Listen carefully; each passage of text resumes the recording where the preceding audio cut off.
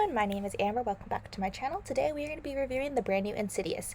I believe it's called Insidious The Red Door, which is very interesting because when they went into this world the further before, they never had a red door, which is kind of like they went in. But apparently like the demon thing that was trying to possess Colton? Dalton? Dayton. What was his name? The kid, who's no longer a kid. I'm terrible with names, I'm telling you. So apparently he lived in there. So I guess, I don't know why we didn't see more of the lady from the first couple of ones, like the one that was in the further that was trying to possess the dad. He did encounter her, so I thought there would be something, but there's nothing. He was just like fighting her, and then he saw like his younger self being carried by his dad when he was in the further.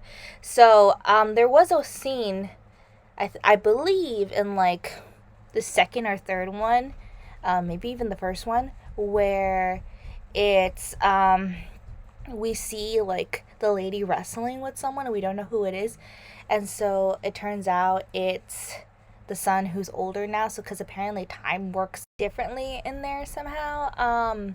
I remember that being a scene. I could be imagining it because they kind of all blur together and they came out like, I saw the first one when I was like 12. So, and I'm 26 now. So, it's been a bit. And I definitely don't watch like all of them before going to see the new movie unless it's necessary.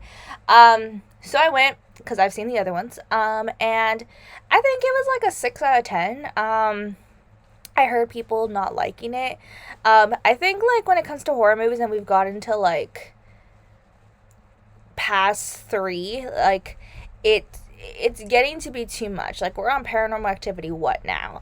And it's just like it's too much now. It's too much. I definitely will watch them, and I think that they're interesting still. But I feel like it doesn't have that same oomph that like the first one had. Like Insidious 1 was good. Insidious 2 was good. After the third one, yeah, it all kind of meshes together in my mind. And so I think this is number 4, 5. I'm not sure. But like it's still, I think they were dragging it on. And I think there was a lot of repetitiveness after the first 2, where it was just kind of like it's a lot of the similarities, like the same things happening. So the son is going off to college. I don't even remember there being a second kid, but there's a second kid.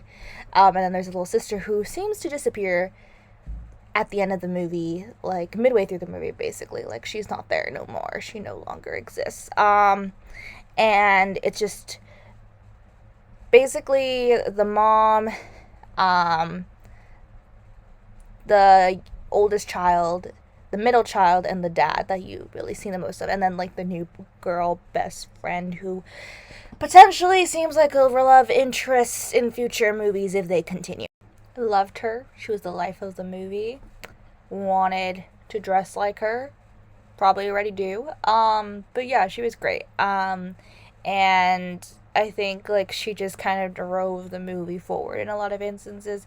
She was a comedic effect. She was the best friend that told them not to do something. She was everything. The wife did not come out nearly as much, which was very sad because I liked her. And I don't know if the lady who like told him that like he could like astro project died. I think she died, and then he sees her ghost at the end. Which, is that a good thing or a bad thing that he can see the ghosts now? And then why was the dad in the further? Like, was he doomed and now like then the white light meant he went to heaven? Like, I don't know. So basically this whole movie would not have existed if not for what they decided to do. And so basically their memories are wiped after the dad tries to kill them, but it's not the dad because he was possessed by the lady, which I think is the second or third movie. And then So they wipe their memories.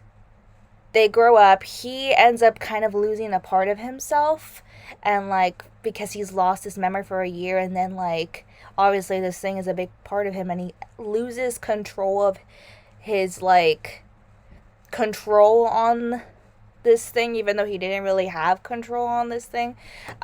It just happens when you sleep, but you have to like kind of be aware like of where you travel and if you travel.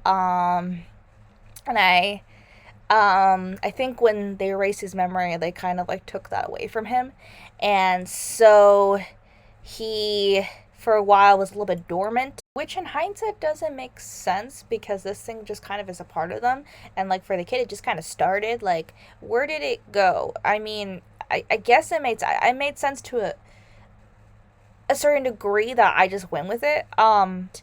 And then I guess I don't know really who opened the. I mean, it was technically the son that opened the door first. Like, I guess they mean like the metaphorical door, but like now it's an actual door, and I'm like, okay. And but both of them were like investigating and like trying to figure out what was going on and everything. So I think they both kind of simultaneously like opened that up again, and made themselves susceptible to that because they were trying to like recall what happened and what was going on with them, because they kind of had like little brief moments where they would remember like the smallest things, and especially like the son, because he's an artist, and like there's like things that like show up in his drawings where he's like, where did that come from? Again, if he had drawn this stuff before, had it been, hasn't he already like opened the portal door or whatever? Or like maybe I'm just analyzing this too much, but I just feel like this thing is so sensitive that like anything can open it. So it doesn't make sense like it would like with other things that he would like maybe have like visions and stuff like that, because it is so like sensitive. And they make it seem like, well, they showed us before that he was like drawing, or maybe it was just like they showed it just to show it, like he was drawing drawings of like the further and things like that, and like this the lady that supposedly helped them out. And if that's the case, then like when he saw her, he kind of showed recognition, but he didn't also, when he was like searching like and found the YouTube video. And why whenever they search something, it looks like they're talking directly to the person like watching it, and like the people there just like they don't exist. Like that's in every paranormal movie. I find like it's like, oh, we're talking exactly to you. This is like this video was meant for you, which maybe it was. So he was like he drew the door, and they said, oh, that's what opened it, or I don't know. So the door is opened again. He draws the door, the metaphorical door is opened again, and he travels into this further. And the dad ends up traveling as well. And then the dad's dad ends up like trying to warn him to like close the door. There's other like entities within the further that are also trying to warn him. I believe it's just like the dad actually, and there's this one kid who like died at a frat party. And yeah, so basically now the son is kind of like experimenting with it, thinking that maybe he can figure things out because he doesn't remember, and then he causes more bad than good. It like before, like the entities kind of start affecting like the natural world, and the people around them. So then they have to close the door. The dad goes under, son goes under, the son gets possessed by a demon like the dad did before. The souls in the further are supposed to be people that like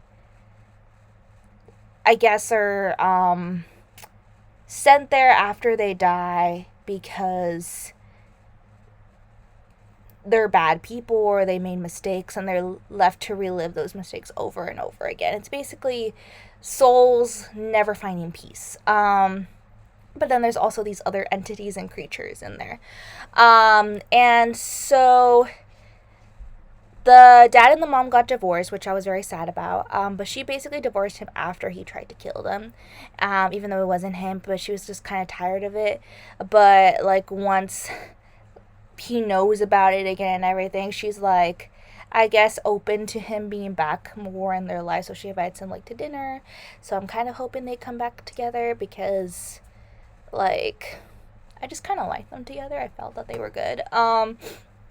And so that was basically the whole movie. They found the dad found the son, and then he brought him back. Well, the son came back.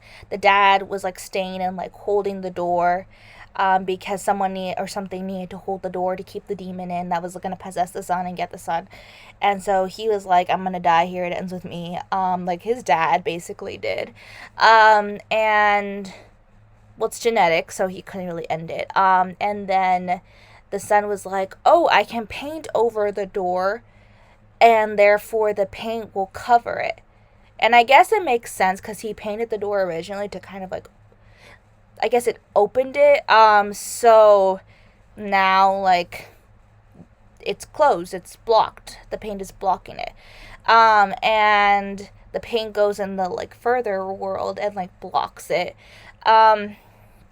And then dun dun, demon is behind door, all is well. And he keeps it because if he like forgets about it or like, burns it or whatever, I guess he doesn't want to like provoke something else to happen. And he tells his friend, he's like, I need to remember because then bad things will happen again if I'm not like in control of it. And then him and his dad are good because him and his dad had a bad relationship before that because he thinks his dad wasn't all there, but dad was not all there completely because part of his memory was gone and he lost a part of himself, and so did the son, and they lost like that connection, and it was very hard, and they just weren't connecting. And then now like they're all buddy buddy again, all good. Son is in college and still pursuing art, and so now at the end he shows a picture of like him and his dad. His dad's carrying him, like the picture from the further, but I'm like, if you draw a picture of the further, isn't that like going in, like, I don't know, doesn't that open another door? Who knows? But yeah, and then it ended and I'm like, okay, feels like it's all wrapped up, like it's the last one, so all good. So that was basically the whole movie. I thought it was good. Had a good plot. It wasn't just kind of like something thrown at us that was random, like that, when you continue on the saga of like a horror movie saga. If you continue on the series of like a horror movie, and you're like on number whatever after so many, like, you just kind of throw random ideas out there, make a movie. But I think this one like made sense in some ways. But like we've been there, we've done that, and a lot of things too. How many times can we go into the further? How many times can we be like, this dad and son have a gift? But yeah, all in all, good movie. Would recommend it if you want like a scary movie like that's come out recently. But in terms of just like recommending a scary movie, it's probably not the first thing that comes to mind. I didn't hate it, but I didn't love it. I think though it made sense for where they were going with the series. But yeah, that's my thoughts. Thank you so much for watching, and I hope to see y'all real soon. Bye!